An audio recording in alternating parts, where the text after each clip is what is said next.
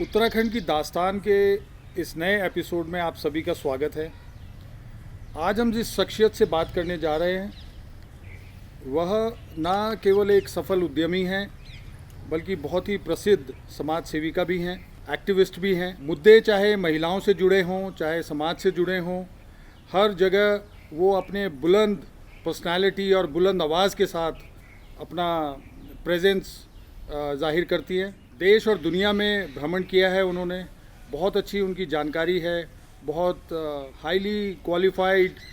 और देहरादून में उनके पति भी एक सफल उद्यमी हैं जिन्होंने अंतर्राष्ट्रीय स्तर पर अपनी कंपनी की पहचान बनाई है। चाहे हम भारत स्काउट्स एंड गाइड्स की बात करें, चाहे हम ऑल इंडिया विमेंस कॉन्फ्रेंस की बात करें, भिन्न भिन्न संस्थाओं से जुड़ी हुई हैं, अनेकों पुरस्कार उनको मिले हैं। आज के कार्यक्रम में आज हम आपका परिचय कराने जा रहे हैं श्रीमती राकेश धवन जी के साथ। मैडम, आपका कार्यक्रम में बहुत स्वागत है। धन्यवाद सतीश जी। सबसे पहले मैं जानना चाहूँगा कि आपकी नेटिव प्लेस कौन सी है, कहाँ आपने शिक्षा प्राप्त की? मेरी सतीश जी, मेरा जन्म यूपी के एक छोटे से शहर शाहजहानपुर में हुआ और पार्टीशन के बाद वहाँ पर मेरे माँ बाप और ग्रैंड पेरेंट्स आए और उसके बाद शिक्षा मैंने यूनिवर्सिटी आगरा यूनिवर्सिटी से ही प्राप्त करी। और उसके उपरांत जाने की इच्छा तो मेडिकल में थी, लेकिन घर में कुछ ऐसी परिस्थितियाँ या घटना आ गई जिसको वो एम पूरा नहीं हो पाया कि सेवा भाव बचपन से था। तो फिर धवन साहब के साथ 1970 में शादी हो गई। मेरे पति इंजीनियर हैं, मैकेनिकल इंजीनियर हैं और 1974 में हम दोनों लोग देहरादून में आ गए। अगर मुझे सही जानकारी है तो मुझे मालूम है कि जब आप देहरादून में आए और आप जैसे कहते भी हैं कि एक सफल आदमी के पीछे एक सफल महिला का जो है वो सक्सेस में हाथ रहता है, तो जब आपने यहाँ अपने पति के बिजनेस में उनका हाथ बटाना शुरू किया, उन्होंने अपना व्यापार शुरू किया, तो मुझे ये जानकारी है कि बहुत हम्बल शुरुआत हुई थी, बहुत गैराज में आपने एक छोटा सा ऑफिस बना के आपने शुरू की थी। कुछ उसके बारे में दर्शकों को बताइए। सतीश जी, ऐसा है, जब मैं ओएनजीसी में मेरे पति कार्यरत थे असम में, उसके बाद हम लोगों ने डिसाइड करा कि अपना बिजनेस होना चाहिए। उन्होंने लार्सन ट्यूबर में 5 साल काम करा। जब देहरादून हम आए उस समय वो लार्सन ट्यूबर में काम करते थे और मोहिनी रोड पे हमारा एक छोटा सा घर था, उसके गैराज में हमने ऑफिस शुरू करा। वहीं पर मेरे पति बैठते थे और एक टाइपिस्ट हुआ करते थे मिस्टर KL शर्मा जी। और अब जो आप इतना देख रहे हैं ये हमारी कड़ी मेहनत का है। उस समय हमारे पास कोई नौकर चाकर इतने नहीं थे। मैं घर का सारा काम स्वयं करती थी। इवन यहाँ तक कि मेरे पास 2 लड़के हैं, समीर और सुमित। मैं उन दोनों बच्चों को मार्शल स्कूल में पैदल छोड़ने जाती थी, लेकिन वापसी पे टोंगा इसलिए कर लेती थी कि गर्मी हो गई है तो बच्चों को टोंगे पे लेके आया जाए। उस समय पति के पास एक वेस्पा स्कूटर होता था जिस पे देखिए स्कूटर पे पत्नी भी बैठेगी और राशन की दुकान से वो बेटे को आगे खड़ा करते थे और मिट्टी का तेल जो हमारी घर की चीज़ें हैं मैं हमेशा उनके साथ और कभी ये मलाल नहीं रहा मुझे कि मेरे पास गाड़ी हो या बंगला हो या इतनी चीज़ें हों। मैं जो मिलता था उसमें हम दोनों पति पत्नी संतुष्ट बहुत थे। दूसरा है कि बहुत ईमानदारी के साथ मेरे पति श्री VK धवन ने भी अपना जीवन जो व्यापार शुरू करा उसमें मैंने पूरा सहयोग दिया। हालांकि जब व्यापार शुरू करने की बात आई तो पैसा नहीं था हम लोगों के पास, तो मैंने उनसे कहा देखिए, मैंने आपके साथ विवाह करा है, जीवन के हर क्षेत्र में मैं आपके साथ रहूँगी। व्यापार शुरू करने जा रहे हैं, आप करिए। जब हमने नौकरी में इतना अच्छा कर लिया तो हो सकता है हम सच्चाई से व्यापार में भी कर लेंगे। और उनके साथ कदम से कदम मिलाकर और हाथ में हाथ देकर इस व्यापार को आज इस शिखर पर ले आए हैं कि हम दोनों की कड़ी मेहनत से इस समय 35 देशों में, मैं बताना चाहूँगी कि वर्ल्ड के 34 कंट्रीज़ में हमारा बिजनेस डिफरेंट उससे चल रहा है। बहुत बढ़िया। विजय जी को जो उनके करीबी मित्र हैं उनको VKD के नाम से भी पुकारते हैं। विजय जी से आपकी मुलाकात कैसे हुई, आपका विवाह कैसे हुआ? सतीश जी, विवाह अरेंज मैरिज है। शाहजहानपुर में रहते थे और मेरे सास ससुर भी शाहजहानपुर में ही रहते थे। ऑर्डिनेंस फैक्ट्री में, एयरफोर्स में मेरे ससुर जी अब जो नहीं रहे, वो ऑर्डिनेंस फैक्ट्री में अकाउंट्स में एक मामूली आदमी थे। हम और ये 6 भाई बहन हैं। और इनकी माता जी एक बार हमारे घर के पास एक डिस्पेंसरी है, वहाँ आई तो मेरे पिताजी ने कहा कि बहन जी आप घर में चली जाइए, धूप में वहाँ क्यों बैठी हैं। तो जब वो आई तो मैं उस समय अपने घर का काम कर रही थी, तो उन्होंने जाके फिर इनका रिश्ता आया, तो दोनों को लगा कि ठीक है, मैं भी पढ़ी लिखी और विजय जी भी चाहते हैं कि मुझे ये चाहिए। तो हम लोगों का समित मतलब कोई लव मैरिज नहीं, हमारी अरेंज मैरिज हुई और मैरिज के बाद मैं आसाम शिवसागर चली गई। बहुत बढ़िया, आप एक बहुत ही आदर्श कपल के रूप में जाने जाते हैं। आपकी कंपनी का जो स्ट्रॉन्ग प्रेजेंस है, अभी आपने बताया 35 कंट्रीज़ में स्ट्रॉन्ग प्रेजेंस है। आज जो आप सफलता के जिस शिखर पर आप बैठे हैं, तो आपको क्या लगता है कि क्या मंत्रा है सक्सेस का? देखिए, जो मंत्र है मेन है ऑनेस्टी और हार्ड वर्क। अक्सर लोग बिज़नेस में आके ये सोचते हैं कि हमें बिज़नेस में सिर्फ पैसा कमाना है। ये नहीं होना। पैसा तो ठीक है, एक व्यू है, लेकिन आप गलत तरीके से पैसे का कमाने का धंधा मत करिए। जो है, अगर आपको गवर्नमेंट को टैक्स देना है, टैक्स दीजिए। जो प्रोडक्शन है, क्योंकि आपको एक चीज़ और सतीश जी बता दूं, हम लोगों ने पॉट्स एंड पैन से अपना व्यापार शुरू करा था। एल्युमिनियम के पॉट्स एंड पैन्स थे, जिनका पहला ऑर्डर हमें पेरिस में मिला था। उस कंपनी का था कि आप पॉट्स एंड पैन बनाइए, तो हम लोग बनाते थे। उसके बाद धीरे धीरे अपनी डाइवर्सिफाई कर दिया चीज़ों में, लेकिन ईमानदारी और मेहनत रखी। कभी भी झूठ या रिश्वतखोरी और इन चीज़ों का साथ नहीं दिया। उसके अगेंस्ट मैं भी थी और पति भी थे। अक्सर ये देखा जाता है कि जो सफल लोग होते हैं, जो पैसे वाले लोग होते हैं, उनकी जो गृहिणियाँ जो हैं, वो जनरली वो ब्यूटी पार्लर में और आराम करने में अपना ज़्यादा समय व्यतीत करती हैं। आप समाज सेवा करने के लिए आपको किस चीज़ ने आपको प्रेरित किया? मेरे को जो प्रेरणा मिली, मैं अपने ग्रैंडफादर से कहूँगी। जब मैं बहुत छोटी थी, 4 साल की, तो उनके साथ मैं अक्सर सुबह के समय जब घूमने जाती थी, तो मैं देखती थी वो हर गरीब को बड़े प्यार से मिलते थे, या थोड़े समय बाद कोई और से। तो एक मन में 4 वर्ष की उम्र से थी कि अगर ईश्वर ने मुझे कोई ऐसा मुकाम या कोई ऐसा साथी दिया कि मैं अपनी ये जो सोशल सर्विसेज हैं, समाज के प्रति अपना को समर्पित करना चाह रही थी। और एक चीज़ बड़ी अच्छी कि धवन साहब ने कभी भी, मैं एक महिला हूँ, ये तो नहीं मैं कहूँगी कि मैं पार्लर नहीं जाती या मैं घूमती नहीं हूँ। इन सब के साथ मेरा मेन उद्देश्य सोशल सर्विस का है, क्योंकि इस समाज में जो कुछ भी आज हम हैं, वो इस समाज से ही हमने लिया और उसको एक तरह से हम कहते हैं ना, रिटर्न कर रहे हैं। और इसमें धवन साहब का जितना सहयोग है, शायद मेरे जीवन में किसी का नहीं है। वो कमाते हैं, पत्नियां लुटाती हैं, पर मैं जो पैसा उनका लुटा तो नहीं रही, लेकिन समाज के ऐसे वर्ग के लिए समर्पित कर रही हूँ जहाँ आवश्यकता है। और आज के सेनेरियो में कहना चाहिए कि इस समय समाज में औरतों की जो दुर्दशा, हमारी महिलाओं की दुर्दशा, हमारी लड़कियों की, खाली महिलाओं की नहीं, पुरुषों की भी बड़ी दुर्दशा है।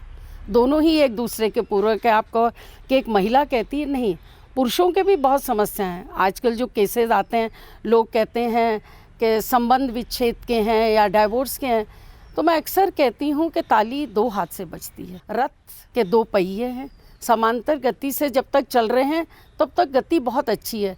एक भी चरमराया तो धराशायी हो जाता है। यही समाज का एक मूल मंत्र है कि हम पुरुषों को दोष देते हैं, वो ठीक नहीं है। जहाँ गलत हैं वहाँ गलत हैं, लेकिन हम उनको दोष नहीं दे सकते कि इन्हीं के कारण आज हम इतने दुख देख रहे हैं, क्योंकि हम भी औरत हैं। और इस समय मैं बहुत से देश विदेश में जा चुकी हूँ। कभी मुझे ऐसा नहीं लगा सतीश जी कि मुझे कोई परेशानी हो रही है या मुझे कोई वहाँ, मतलब ट्रैवल में मैं अकेली हूँ, औरत हूँ, मैं कैसे साहस जुटाऊँ, नहीं। क्योंकि मैं अपने आप को सोचती हूँ कि मेरे ऊपर क्यों उंगलियाँ कोई उठाएगा। जब मैं सच्ची हूँ तो मैं अपने जीवन क्षेत्र में लेके चलती हूँ, चाहे रात के 12 बजे हो, चाहे रात के 2 हो या सुबह का 4 बजे हो। मुझे कभी कोई ऐसी असुविधा भी नहीं लगी, अनसिक्योरिटी भी नहीं लगी कि समाज से मैं डरती। भाई समाज तो हमारा है ना, समाज से क्यों डरना। आप एक एल्डरली लोगों के लिए एक आप एक सेंटर चला रहे हैं, और मुझे ये जानकारी है कि वो सेंटर जो है आपके दिल के बहुत करीब है। उसकी क्या स्थिति है, कैसे उसको आपने शुरू किया? यहाँ पर कैंटोनमेंट एरिया में स्वाभिमान केंद्र के नाम से सीनियर सिटीज़न का होम है। 6 वर्ष हो गए हैं। करा तो कुल 5 लोगों से था, इस समय 1500 लोग हमारे बुज़ुर्ग वहाँ आते हैं, चाहे उसमें पुरुष हो चाहे महिलाएं हैं। वो सुबह 10 बजे से लेकर शाम 5 बजे तक हमारे, और उनके साथ हमारी बहुत सी एक्टिविटीज़ रहती हैं। योगा है, लर्निंग है, और हेल्थ का प्रोग्राम्स हैं, और चेकअप्स कराते हैं। फिर जितने तीज त्यौहार हैं, जैसे कल तीज का फंक्शन, तीज तो आज है, कल वहाँ मनाया गया, मतलब, और उनको हम पिकनिक पे भी लेके जाते हैं। उनको एक जीवन जीने की एक राह। अक्सर क्या होता है कि बुढ़ापे में बच्चे बाहर सेटल हो जाते हैं, वो माँ बाप कहाँ जाएं, तो उनके लिए एक सोचा कि विचार किया कि चलो एक ऐसा निर्माण किया जाए कि भाई ये बुज़ुर्ग जो हैं वो भी अपने घर में उनको वातावरण मिले।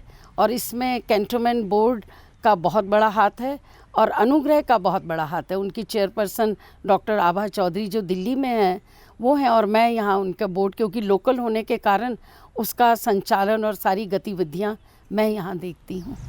एक और प्रोजेक्ट आपने अभी रिसेंटली शुरू किया है, सैनिटरी नैपकिन्स का, जी। उसके बारे में कुछ जानकारी दीजिए। ये प्रोजेक्ट मैंने छोटा रामपुर सहसपुर में लगाया है, ये देखते हुए कि अवेयर हम लोग बहुत कहते हैं कि लड़कियों में अवेयरनेस नहीं है, सुविधाएं नहीं हैं, लेकिन अभी भी अगर आप देखें तो हमारी जो महिला वर्ग है वो पुराने ही धंधों में, क्योंकि सैनिटरी नैपकिन ये बड़े बड़े जो लोग हैं, पढ़े लिखे लोग हैं, वो यूज़ करते हैं, चाहे विस्पर है या स्टे फ्री है।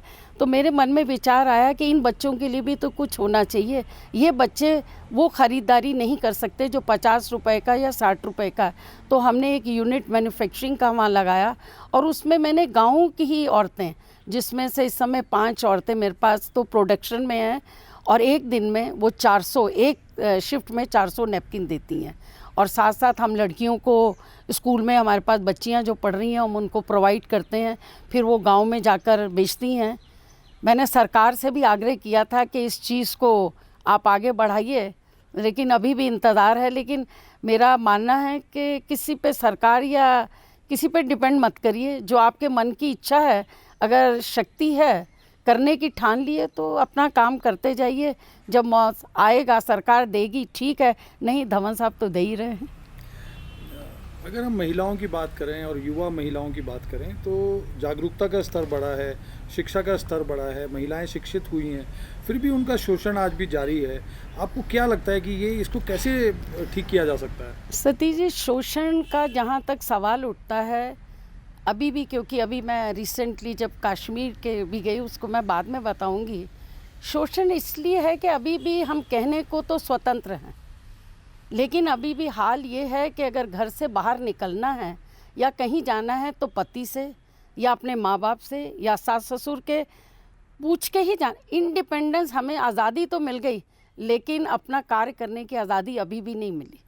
हमें एक बार पूछना है, अगर पति ने कह दिया यहाँ नहीं जाना है, हम लड़ झगड़ के तो जा सकते हैं, लेकिन घर तोड़ना तो नहीं है ना।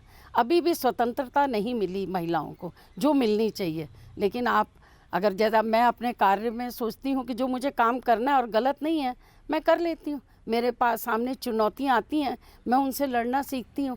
और मैं हर महिला को कहती हूँ कि अभी जो रिसेंटली मैं गई भी हूँ, मैंने हर महिला को कहा कि तुमको अपना न्याय लेने का पूरा अधिकार है, आप उससे वंचित रहते हैं। आप क्यों देखते हैं अपने पति का मुंह या समाज का या अपने, मैं ये नहीं कहती कि नहीं देखिए, आप अपने सास ससुर का सम्मान कीजिए, लेकिन आपकी अपनी सोच भी तो होनी चाहिए। अगर 70 या 80 वर्ष में भी कि इस पड़ाव में भी महिलाओं को ये सोचना पड़े कि मैं अपना निर्णय स्वयं नहीं ले सकती, तो ये उनकी भूल है, समाज की भूल नहीं है।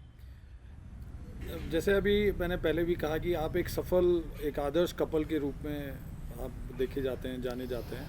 और अभी मौजूदा समय में अगर देखें तो शादियां जो हैं बहुत कम समय में टूट रही हैं और वो सफल नहीं हो रही हैं। तो जो एक समाज में जो ये विकृति का रूप धारण कर रही है उसके बारे में, उसको कैसे ठीक किया जा सकता है, और जो यंग लोग हैं, यंग जो महिलाएं हैं, पुरुष हैं, उनको आप क्या संदेश देना चाहेंगी? देखिए, जो हमारे संबंध विच्छेद हो रहे हैं या जो विवाह टूट रहे हैं, दो कारण हैं इसके। एजुकेशन तो बहुत होगी लड़के की और लड़की की भी, लेकिन अहम बहुत है। अगर वो वेलम का पढ़ा है या दून स्कूल का पढ़ा है, तो हमारे जो कहना चाहिए जो घर में वातावरण है ना, वो लड़कियों को बेसिक शिक्षा नहीं दी जा रही कि तुमको घर जाकर निभाना है।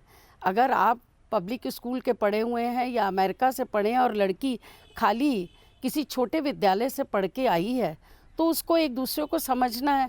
वो कहती है अगर तुम 20 लाख कमा रहे हो तो मैं 30 लाख कमा रही हूँ, तो अपने पैसे का बहुत ज़्यादा उनको गरूर रहता है, और यही वजह है टूटने की। क्योंकि माँ बाप भी शय देते हैं। पहले देखिए परिवार हुआ करता था, 4-5 भाई बहन कॉमन था। अब क्या है, एक लड़का या एक लड़की, मैं और मेरा घर, इसके अलावा कुछ नहीं। क्योंकि उनको शेयरिंग की आदत ही नहीं है। ये जो संयुक्त कुटुंब हुआ करते थे, ये बहुत अच्छा था कि हमें शर्म लिहाज रहती थी बड़ों की। लेकिन इस समय अगर अंदर बेडरूम में हाथापाई भी हो रही है, कोई उनको समझाने वाला ही नहीं है। और अक्सर आज की जो जनरेशन है, वो पहला उसका सवाल उठता है कि पहले देखते हैं कि परिवार में कितने सदस्य हैं। अगर लड़का बाहर अकेला है तब तो लड़की को कर दो, लेकिन चाहे वो लड़की कितने दुख भोग रही हो वो सब नहीं बता पाता। तो यही कारण है कि हमें घर से जब तक ट्रेनिंग, संस्कार, हमारे भारतीय संस्कार नहीं मिलेंगे, तब तक हमें इन दुखों को झेलना पड़ेगा। और अवेयरनेस तो बहुत आई है, पढ़ाई भी है, लेकिन मैं चाहती हूँ काउंसलिंग होनी चाहिए। इसमें परिवारों की काउंसलिंग होनी चाहिए, लड़के लड़की की तो बाद में, पहले दो परिवारों की काउंसलिंग होनी चाहिए कि आपको किस तरह अपने बच्चों को बड़ा करना है और करना है। हमारे देश की एक बहुत ही महत्वपूर्ण संस्था है ऑल इंडिया विमेंस कॉन्फ्रेंस, जिसकी कि आप नेशनल चेयरपर्सन हैं, और आपने अभी एक बहुत ही बहादुरी के साथ आप कश्मीर में गई, और आपका 90th ईयर आपका संस्था का चल रहा है जो आप सेलिब्रेट कर रहे हैं। तो कश्मीर में जाके आपने क्या किया और कैसे महिलाओं से जुड़े जो मुद्दे हैं उनको एड्रेस किया? देखिए सतीश जी, जो 90 ईयर सेलिब्रेशन है, मेरा विज़न है नेशनल इंटीग्रेशन। जब मैंने पद संभाला 14 फरवरी को, तो एक थीम था मेरा कि नेशनल इंटीग्रेशन। उस थीम को लेके मैंने कश्मीर में जाने का सोचा। हालांकि रुकावटें बहुत आईं कि कश्मीर में हालात ठीक नहीं हैं। कुछ अमरनाथ यात्रा का भी जब इस सब आया तो हर आदमी घबरा रहा था। तो मैंने एक ही संदेशा अपनी महिलाओं को कहा, मैंने कहा देखिए मौत आनी है तो घर के अंदर भी आ जाएगी, किसी और को बदनाम मत कीजिए कि कश्मीर में हम मर गए। अगर मैं घर के अंदर हूँ वहाँ भी आ जाएगी।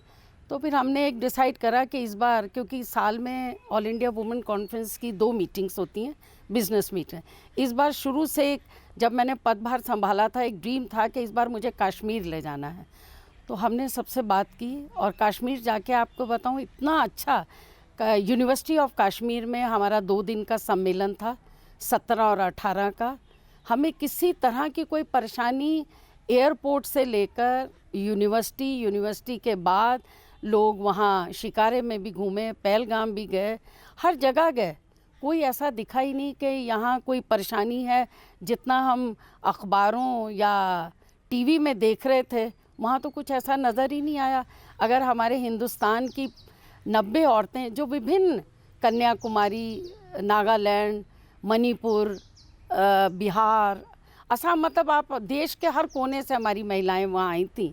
और मैं आपको कहूँ तो आपको मैसेज भी दिखा दूँ कि वहाँ सब दे आर वेरी हैप्पी। और सबसे अच्छी बात, कश्मीर के लोग बहुत मन से कहते हैं ना, अतिथि देवो भव, वहाँ उदाहरण देखने को मिला। आपने अपने बेटों समीर और सुमित को बहुत अच्छी शिक्षा दी। आज आपके घर में ग्रैंड चिल्ड्रन हैं, सब भरा पूरा परिवार है, और आप अपने जो आपका जो इंडस्ट्री है और आपकी जो समाज सेवा है, तो दोनों में आपने बैलेंस कैसे बिठाया? देखिए, औरत का काम है संयम रखना और संतुष्ट रहना। संयम ये है कि मेरे घर में अभी लास्ट ईयर ही मेरे ससुर जी 98 ईयर्स के उनका देहांत हुआ, और सबसे छोटी पोती उस समय 4 साल की थी। एडजस्टमेंट मूल मूत्र है, जीवन को सफल बनाने का।